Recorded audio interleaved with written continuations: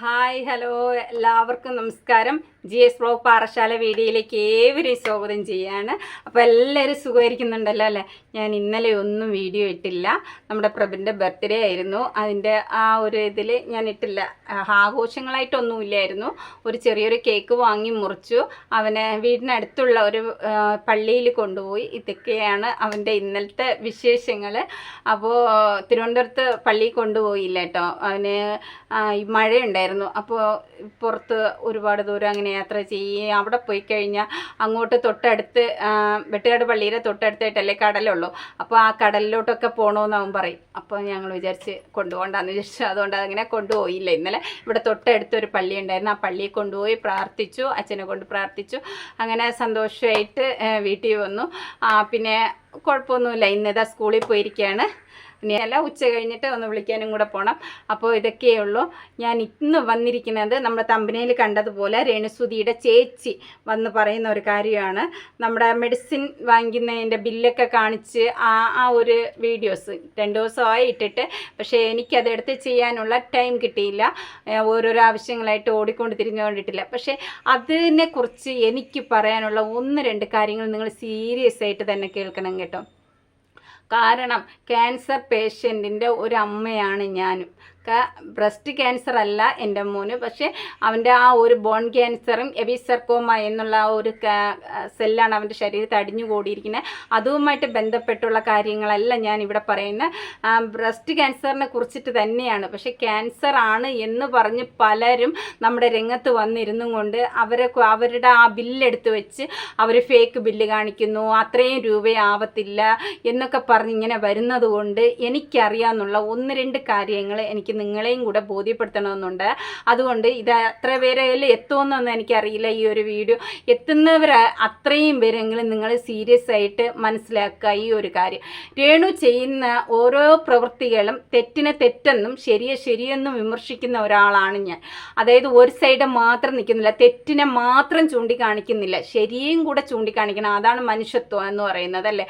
അപ്പോൾ അങ്ങനെ പറയുന്ന സമയത്ത് രേണുസുതിയുടെ ചേച്ചി ഇന്നലെ ആ ഒരു മെഡിസിൻ, അതായത് 9-ാം തീയതി വാങ്ങി വച്ചിരുന്ന മെഡിസിൻ, 10-ാം തീയതിയാണ് രണ്ടാമത്തെ കീമോ രേണുവിന്. അപ്പോൾ 9-ാം തീയതി നമ്മുടെ തിരുവനന്തപുരം SITയിൽ അവിടെ നിന്നോ അല്ലെങ്കിൽ SITയിൽ നമ്മുടെ തിരുവനന്തപുരം OPയിൽ അവിടെ നിന്നോ, ഈ 2 നിന്ന് എവിടെ നിന്നോ വാങ്ങിയ ഒരു മരുന്നാണ്.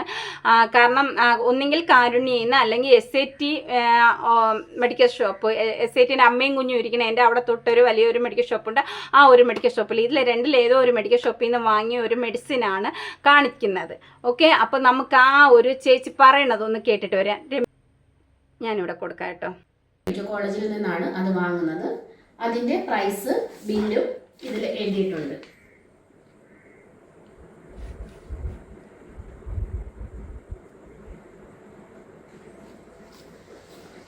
പിന്നെ രേണുവിന് കീമോ കൊടുക്കുന്നത് കാർബോപ്ലാറ്റിൻ എന്ന മെഡിസിനാണ്.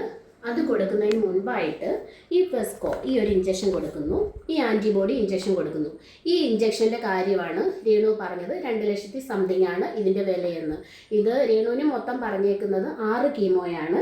6 കീമോ കഴിയുമ്പോൾ സർജറി. ഈ 6 കീമോയ്ക്കും ഈ കീമോ ചെയ്യുന്നതിനോടൊപ്പം ഈ ഒരു ഇഞ്ചക്ഷനും എടുക്കുന്നുണ്ട്. ഈ ഒരു 2 ലക്ഷത്തി സംതിങ് രൂപയുടെ ഈ ഒരു മെഡിസിൻ, ഇത് വെറും ഫ്രീയായിട്ട്, ഞാൻ ഇപ്പോഴും അതാണ് നിങ്ങളോട് ചോദിക്കുന്നത്, ഈ ഒരു മെഡിസിൻ ആണോ നിങ്ങൾ ഉദ്ദേശിച്ചത്? ഇതാണെങ്കിൽ ഇത് 5000 രൂപയ്ക്ക് കിട്ടുന്നുണ്ടെങ്കിൽ ദയവായിട്ട് അത് ഞങ്ങൾക്കൊന്നാ കിട്ടുന്ന സ്ഥലം നിങ്ങളൊന്ന് പറഞ്ഞു തരിക. എൻ്റെ അനിയത്തിക്ക് വേണ്ടി ഞാനത് എൻ്റെ ഒരു അപേക്ഷയാണ്. കേട്ടല്ലോ ചേച്ചിയുടെ രേണുവിൻ്റെ ചേച്ചി പറയുന്ന ഒരു കാര്യം. സത്യം പറഞ്ഞാൽ എനിക്ക് ഇത് കണ്ടിട്ട് സങ്കടമാണ് വന്നത്. ഏതൊരു ക്യാൻസർ പേഷ്യൻ്റെ വീട്ടിലായാലും ഈ ഒരു വീഡിയോ കണ്ടിട്ടുണ്ടെങ്കിൽ അവർക്ക് സങ്കടം വരും. കാരണം തെറ്റിനെ തെറ്റായിട്ടും ശരിയായിട്ടും വിമർശിക്കാൻ പോലും പലർക്കും പല വ്ളോഗേഴ്സിനും അറിയില്ല കേട്ടോ. സത്യം പറഞ്ഞാൽ ഈ ഒരു വ്ളോഗ് എടുത്ത് വെച്ച് ഈ ബില്ലിൻ്റെ ഡേറ്റ് തെറ്റാണ് എന്നൊക്കെ പറഞ്ഞ് വീഡിയോസ് ഇട്ടവരെ ഞാൻ കണ്ടിട്ടുണ്ട്. ഞാൻ കണ്ട് സത്യം ഈ ഒരു വീഡിയോ വന്ന് 1 മണിക്കൂർ തികയുന്നതിന് മുന്നേ ആ വീഡിയോയുടെ ബില്ലെടുത്ത് വെച്ചിട്ട് അത് ഫേക്കാണെന്ന് പറഞ്ഞിട്ട്. അപ്പോൾ ഇവരുടെ കണ്ണ് എവിടെ പോയി?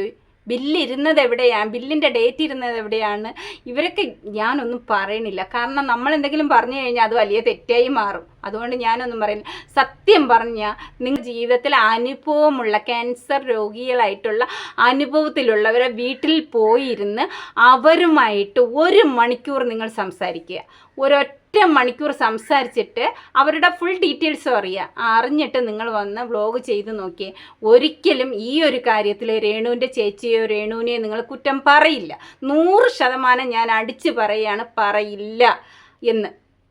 കാരണം ഈ ഒരു മെഡിസിൻ അവർക്ക് ആ ഒരു പൈസ ആയിട്ടുണ്ടെങ്കിൽ അത് സത്യമാണ്. കാരണം മഞ്ഞ കാർഡ് കൊണ്ട് പലരും പറയും മഞ്ഞ കാർഡല്ലേ, ആരോഗ്യ ഇൻഷുറൻസ് ഇല്ലേ എന്നൊക്കെ.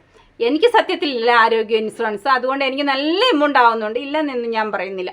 പക്ഷേ മഞ്ഞ കാർഡ് ഉണ്ടായിട്ട് ഒരു ഗുണവുമില്ല. നിങ്ങൾ മറ്റേ ഗവൺമെൻറ്റിനെ അപേക്ഷിക്കേ. ഗവൺമെൻറ് നിങ്ങൾക്ക് ഇത്രയും ധൈര്യം ഉണ്ടല്ലോ എല്ലാം പറയാനൊക്കെ. നിങ്ങൾ ഗവൺമെൻറ്റിനോട് ചോദിക്കേ. ഗവൺമെൻറ്റിനോട് നിങ്ങൾക്ക് ധൈര്യം ഉണ്ടെങ്കിൽ ചോദിക്കേ. ഞാൻ പറയാം, എൻ്റെ കയ്യിൽ മഞ്ഞ കാർഡ് ഉണ്ട്. എനിക്കൊരു സഹായം പാറശാല ഗവൺമെൻറ് ആശുപത്രിയിലാണ് ഞാൻ ആദ്യമായിട്ട് ആ മഞ്ഞ കാർഡ് കിട്ടിയിട്ട് അഡ്മിറ്റ് ആവുന്നത്. കഴിഞ്ഞ മാസം 3-ാം തീയതി കഴിഞ്ഞ മാസം 3-ാം തീയതി ഞാൻ പാറശാല ഹോസ്പിറ്റലിൽ പ്രബിനെ അഡ്മിറ്റ് ആക്കുകയാണ്. എനിക്ക് 10 പൈസയുടെ സഹായം കിട്ടിയിട്ടില്ല ആ ഒരു മഞ്ഞ കാർഡ് വെച്ച്.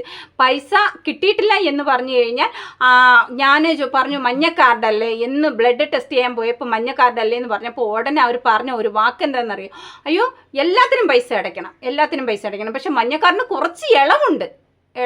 പക്ഷെ 10, 800, 1000, അതായത് 600, 700, 800, 1000 ഇങ്ങനെയൊക്കെ റേറ്റിൽ വരുന്ന ടെസ്റ്റുകൾക്ക് അതിനേക്കാളും ഒരു അല്പ കുറവ്. അതായത് ഇപ്പോൾ 500 ചുവപ്പ് കാർഡിന് ഒരു 700-800 രൂപ റേറ്റ് ആണെങ്കിൽ മഞ്ഞ കാർഡിന് 350-400 അടയ്ക്കേണ്ടി വരും. എന്താണ് അപ്പോൾ പിന്നെ പൈസയ്ക്ക് പൈസ തന്നെ വേണ്ടേ അല്ലേ? ഈ 300-400 രൂപയാണെങ്കിലും പൈസയ്ക്ക് പൈസയാണല്ലോ വേണ്ടത് അല്ലേ? നിങ്ങൾക്ക് പലർക്കും അറിയാതെ പല കാര്യങ്ങളും നിങ്ങൾ വിളിച്ചു പോവുകയാണ്. എന്താണെന്നറിയില്ല. നിങ്ങൾക്ക് അവളോട് വിരോധമുണ്ട്.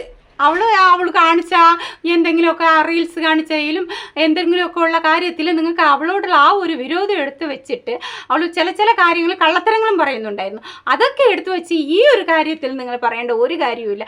കാരണം ഇതിൻ്റെ ഇടയിൽ കൂടെ ഏതോ ഒരു പെണ്ണുമ്പിള്ളേരുടെ ഒരു വോയിസ് ഞാൻ കേട്ടു. എനിക്കും ബ്രസ്റ്റ് ക്യാൻസർ ആയിരുന്നു, എനിക്കും ഇതുപോലെയാണ്, ഇത്രയൊന്നും ആയില്ല എന്നൊക്കെ. നിങ്ങൾക്കുള്ള ബ്രസ്റ്റ് ക്യാൻസർ ആയിരിക്കില്ല രേണുസുധീര ബ്രസ്റ്റ് ക്യാൻസർ എന്ന് പറഞ്ഞാൽ മാത്രം പോരാ. നിങ്ങൾക്കുള്ള ക്യാൻസറിൻ്റെ ട്രീറ്റ്മെൻറ്റ് രേണുസുധിക്ക് ചെയ്യുകയാണെങ്കിൽ രേണുസുധി ഇന്ന് ജീവനോടെ ഉണ്ടാവില്ല. മനസ്സിലായോ? രേണുസുധിയെ അങ്ങനെ നമുക്ക് ഏതെങ്കിലും മരുന്ന് കൊടുത്ത് രേണുസുധിക്ക് ക്യാൻസറിന് കീമോ ചെയ്യാൻ പറ്റില്ല.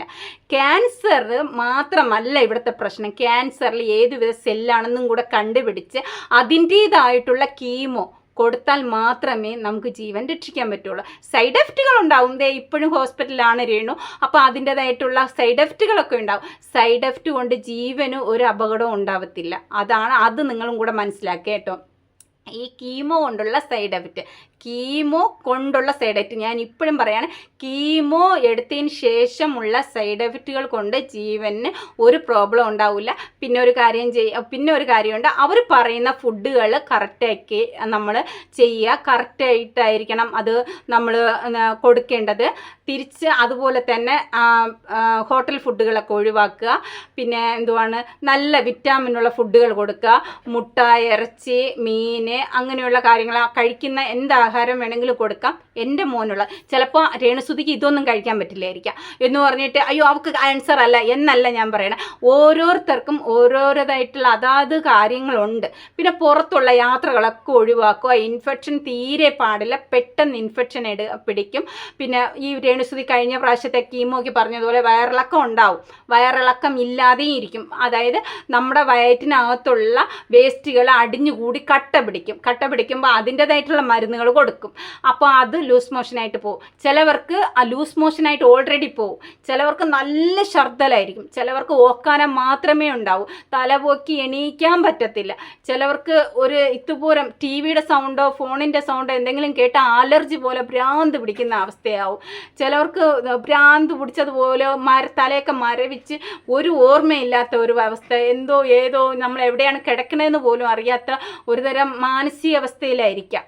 എന്ന് പറഞ്ഞിട്ട് അവർ ജീവിതകാലം അവസാനം വരെ അങ്ങനെ കിടക്കുമെന്നല്ല പറയണേ.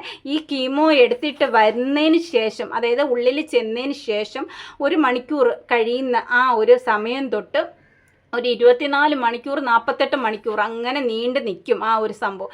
നിങ്ങൾക്ക് മനസ്സിലാക്കാൻ പറ്റുമെങ്കിൽ മാത്രം മനസ്സിലാക്കുക. ഈ ഒരു കാര്യം കൂടെ എനിക്കറിയാമെന്നുള്ളത് കൊണ്ട് പറയുകയാണ്. എൻ്റെ അനുഭവത്തിൽ നിന്ന് എൻ്റെ കണ്ണുകൊണ്ട് കണ്ട കാര്യങ്ങളാണ് മാത്രമാണ് ഞാൻ നിങ്ങളോട് സംസാരിച്ചുകൊണ്ടിരിക്കുന്നത്. പിന്നെ മഞ്ഞ കാർഡ് കൊണ്ട് ഒരു സഹായമില്ല എന്ന് ഞാൻ പറയുന്നത് 100 വട്ട സത്യമാണ്. നിങ്ങൾക്ക് എവിടെ വേണമെങ്കിലും ഇതുമായിട്ട് നിങ്ങൾക്കൊരു പരാതി കൊടുക്കാം. ഗവൺമെൻറ്റിന് നിങ്ങൾ ഒരു കത്തോ അല്ലെങ്കിൽ നിങ്ങൾ ഇങ്ങനെ ഒരു വീഡിയോസോ ബ്ലോഗോ ധൈര്യം ഉണ്ടെങ്കിൽ നിങ്ങൾ ചെയ്യേ. മഞ്ഞ കാർഡ് ഇരിക്കുന്ന എല്ലാ കുടുംബക്കാർക്കും ചികിത്സ സൗജന്യമായിരിക്കണമെന്ന് പറഞ്ഞ് നിങ്ങൾക്ക് ധൈര്യം ഉണ്ടെങ്കിൽ, തൻ്റെ ഇടം ഉണ്ടെങ്കിൽ നിങ്ങൾ ഇട്. അതാണ് നിങ്ങൾ ആദ്യം ചെയ്യേണ്ടത്. അല്ലാതെ ഇവിടെ വന്നിരുന്നിട്ട് നിങ്ങൾക്ക് മഞ്ഞ കാർഡല്ലേ, നിങ്ങൾക്ക് അതിൽ നിന്ന് കിട്ടുന്നില്ലേ, അല്ലെങ്കിൽ ഇൻഷുറൻസ് ഇല്ലേ, ഇൻഷുറൻസ് അങ്ങനെയല്ല പറയേണ്ടത്. എനിക്ക് പറയാനുള്ള കാര്യമാണ് ഞാൻ പറയണത്. നിങ്ങൾക്കത് അംഗീകരിക്കാൻ പറ്റുമെങ്കിൽ ചെയ്യുക. നിങ്ങൾ അങ്ങനെ ഒരു വീഡിയോസ് ചെയ്തിട്ട് ഞങ്ങൾക്കൊരു ഉപകാരം കിട്ടുമെങ്കിൽ ഞങ്ങൾക്കതിലൊരു സന്തോഷമേ ഉള്ളൂ കേട്ടോ. അങ്ങനെ 100% നിങ്ങളെ ഞാൻ അംഗീകരിക്കും. പിന്നെ ഒരു കാര്യം എന്ന് പറയുന്നത്, രേണുസൂര്യ ചേച്ചി വന്നിരുന്ന് പറയാനായിട്ട് സത്യത്തിൽ സങ്കടം തോന്നി. സത്യമായിട്ടും എനിക്ക് സങ്കടം തോന്നി. കാരണം അവരുടെ ഗതികേടാണ് ഇങ്ങനെയൊക്കെ കാണിക്കുന്നത്. കാരണം എൻ്റെ വീട്ടിലും ഉള്ള രഹസ്യങ്ങൾ, അതായത് ഇതുപോലെയുള്ള കാര്യങ്ങൾ ഞാനും പുറത്ത് കൊണ്ടുവന്ന് ഇടണമെങ്കിൽ അത് എൻ്റെ ഗതികേട് കൊണ്ടായിരിക്കും ഞാൻ ഇടുന്നതല്ലേ. മറ്റുള്ളവർ സത്യം പറഞ്ഞാൽ 10 20 പേര് അല്ലെങ്കിൽ 200 500 1000 പേര് കാണുന്ന ഒരു വ്ളോഗ് അല്ല രേണുസുധീരെ വ്ളോഗ് എന്ന് പറയുന്നത് അല്ലേ. ലക്ഷക്കണക്കിന് ആൾക്കാർ കാണുന്നതാണ്. അപ്പോൾ അവിടെ വന്ന് അവർ അതിലൊരു ഫേക്ക് കാര്യങ്ങൾ ചെയ്യൂല, അതെങ്കിലും നിങ്ങളൊന്ന് ആലോചിക്കേണ്ടതായിരുന്നു. ഒരു ലക്ഷക്കണക്കിന് ആൾക്കാർ അവർ പറ്റിക്കോ? ഒരു 10 പേരോ 100 പേരെ പറ്റിക്കാം, അല്ലെങ്കിൽ ഒരു 1000 പേര്, അല്ലെങ്കിൽ ഒരു 5000 പേര്, അവരെയൊക്കെ പറ്റിക്കാം. പക്ഷേ ലക്ഷക്കണക്കിന് ആൾക്കാരെ കാണുന്ന ആ ഒരു വ്ളോഗ് ഇട്ടിട്ട് അതിൽ അവർ പറ്റിച്ചെന്ന് പറയുമ്പോൾ കുറച്ചെങ്കിലും ആലോചിക്കണ്ടേ നിങ്ങൾ? എനിക്ക് സത്യം പറഞ്ഞാൽ നിങ്ങളോട് പുച്ഛമാണ് തോന്നിയത്. ഇവരിങ്ങനെ വന്നിരുന്ന് വീഡിയോ ചെയ്തല്ലോ എന്ന് പറഞ്ഞിട്ട് സത്യമായിട്ട് എനിക്ക് പുച്ഛം തോന്നിയേ. എന്താണ് ഇങ്ങനെയൊക്കെ നിങ്ങൾ മനുഷ്യരെ വിശ്വസിക്കാതെ? രേണു പറയണ എല്ലാം ചില കാര്യങ്ങൾ കള്ളമായിട്ടുണ്ട്, ഇല്ലെന്ന് ഞാൻ പറയണില്ല. അതുകൊണ്ടായിരിക്കാം ചിലപ്പോൾ നിങ്ങളത് വിശ്വസിക്കാൻ മടിച്ചത്. എന്നാലും നിങ്ങൾ ആ ഒരു മെഡിസിൻ്റെ ബില്ലെടുത്ത് നിങ്ങൾ പല സ്ഥലങ്ങളിലും കൊണ്ട് ഓടി അന്വേഷിച്ചവരുണ്ട്. എനിക്കതറിയാം കേട്ടോ.